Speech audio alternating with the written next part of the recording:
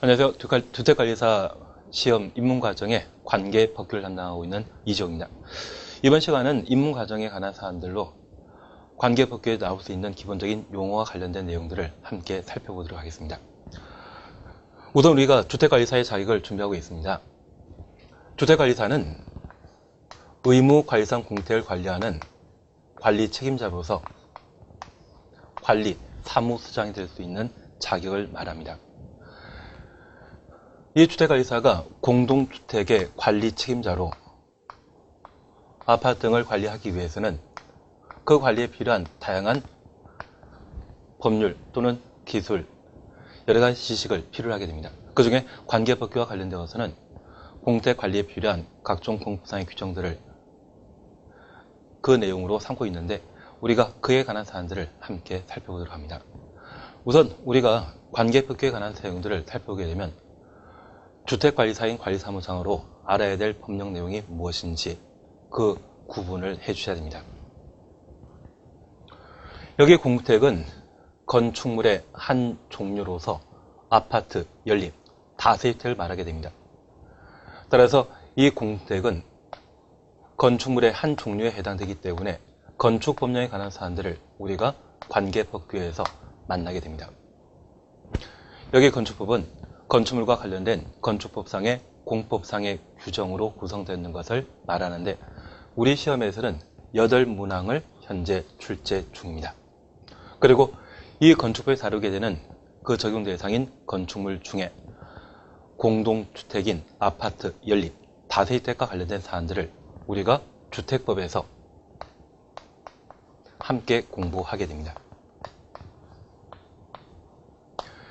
여기 주택법은 사업계획 승인 대상의 단독택과 공택을 건설, 공급, 관리하기 위한 규정으로서 그 사업계획 승인 대상인 30호, 30세대 이상의 주택을 건설, 공급하게 되면 건축법이 아닌 주택법령에 따라 해당 주택건설 사업을 진행하도록 되어 있습니다.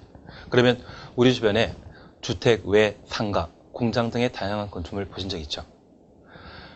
만약 주택을 제외한 상가 등을 건축할 수 있는 법령이라고 하면 건축법이고요. 그러한 상가 등을 제외하고 오직 순수하게 주택만 건설할 수 있는 법령을 주택법령이라 표현하게 됩니다. 다만 이 주택법령에서는 건설하게 되는 세대수가 30호, 30세대 이상일 때 주택법을 적용하고 그 세대수가 29세대 이하라고 하면 건축법에 따라 해당 주택을 건축하게 됩니다. 그래서 이 건축법과 주택법의 주된 차이점이 있어서 건축법이건 주택법이건 각각 주택을 건축할 수 있습니다. 주택 외 건축물에 해당되는 상가 등에 대해서는 건축법에 따라 건축할 수 있지만 주택법령에서는 상가 등은 건축할 수 없습니다. 그러면 주택건설과 관련되어 세대수가 30세대 이상일 때만 주택법령을 정하여 해당 주택을 건설, 공급하고 30세 미만인 때는 건축법을 적용하게 됩니다. 그러면 이러한 세대 제한 없이 통상적으로 정할 수 있는 법이 있다고 하면 일반법이라 표현하며 어떤 적용 대상을 한정 짓게 된다고 하면 그때는 특별법이란 말로 대신하게 됩니다. 우리가 법을 공부하다 보면 민법에 대한 사안들을 시험 과목에서 접하게 됩니다. 저 민법을 공부하시면서 일반법과 특별법의 관계를 한번 듣게 될 텐데 민법은 개인과 개인 사이의 각종 법률 행위에 관한 사안들을 정하는 반면 상법이라고 하는 민법과 비교되는 제도가 있습니다. 저 상법에서도 법률 행위에 관한 사안들을 다루게 되는데 그 적용 대상이 상인을 기준으로 했을 때 상법이라고 하는 법을 적용합니다. 그래서 법률 행위의 행위 대상이 누구이든 관계없이 적용하는 법령이 있다고 하면 그것을 민법, 일반법이라 표현하며 반면에 상인을 중점적으로 하여 법률 행위를 다루고 있는 것이 있다고 하면 이를 상법인 특별법이라 표현하게 됩니다. 그래서 적용 대상을 한정하거나 제한하는 것이 있다고 하면 그때는 특별법이라 표현한다. 그런 개념을 조금 파악해 놓습니다. 그러면 여기 건축법은 건축법에 따라 건축할 수 있는 건축물이 그 종류가 다양하게 제한 없이 가능한 반면 주택법에서는 오직 주택 중에 사업계획 승인 대상인 30세대 이상의 주택을 건설 공급하는 법령으로서 이 주택법은 건축법의 특별법적 성격을 가지게 됩니다. 그래서 건축법과 주택법의 적용 대상의 차이점을 잠깐 그렇게 구분해 놓습니다.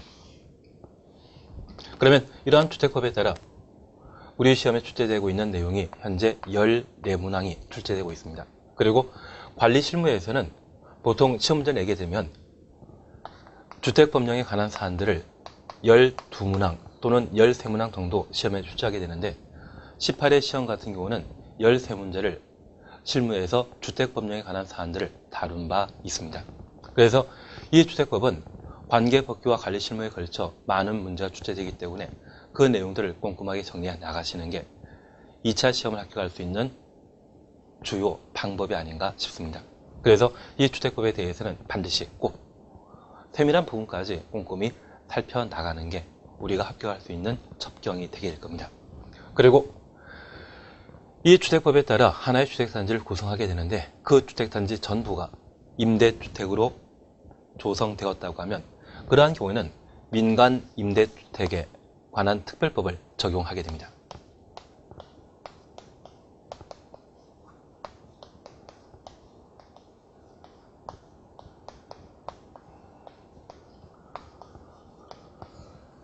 종전에 우리 시험에는 임대주택법을 시험 범위로 삼았었는데 최근 부동산에 대한 다양한 정책이 변경되면서 임대주택법을 폐지하고 전면 개정하여 민간 임대주택 특별법과 공공주택 특별법을 새로 신설하게 되었습니다. 그래서 임대주택법은 더 이상 존재하지 않고 저임대주택을 대신하는 것으로 공공주택 특별법과 민간 임대주택 특별법을 각각 두게 되었는데 가끔 우리가 TV나 신문 방송에서 뉴스테이라는 말을 들어본 적이 있습니다. 바로 민간 임대주택과 관련된 기업형 임대주택을 의미하고 있는데 그에 관한 사안들을 다루기 위해 민간 임대주택 특별법을 새로 제정하게 되었습니다.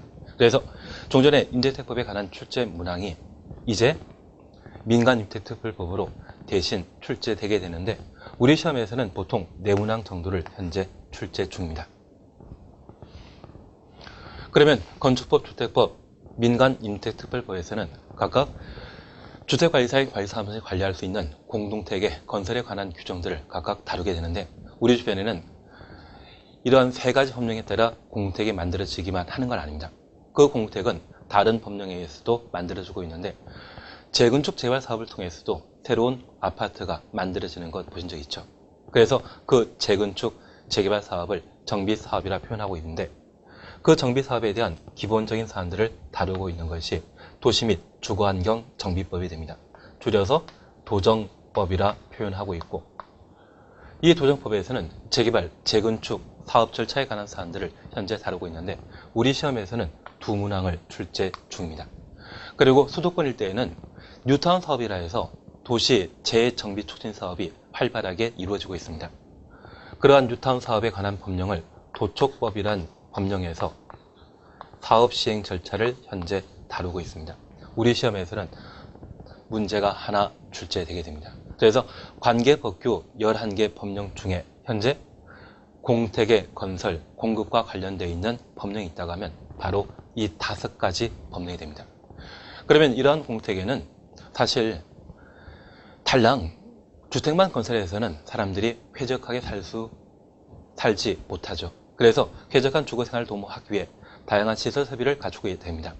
그러한 시설 설비에 관한 사항으로 화재에 대처하기 위한 소방시설을 현재 설치하게 되는데 그 소방시설과 관련되어 소방법령으로서 소방기본법과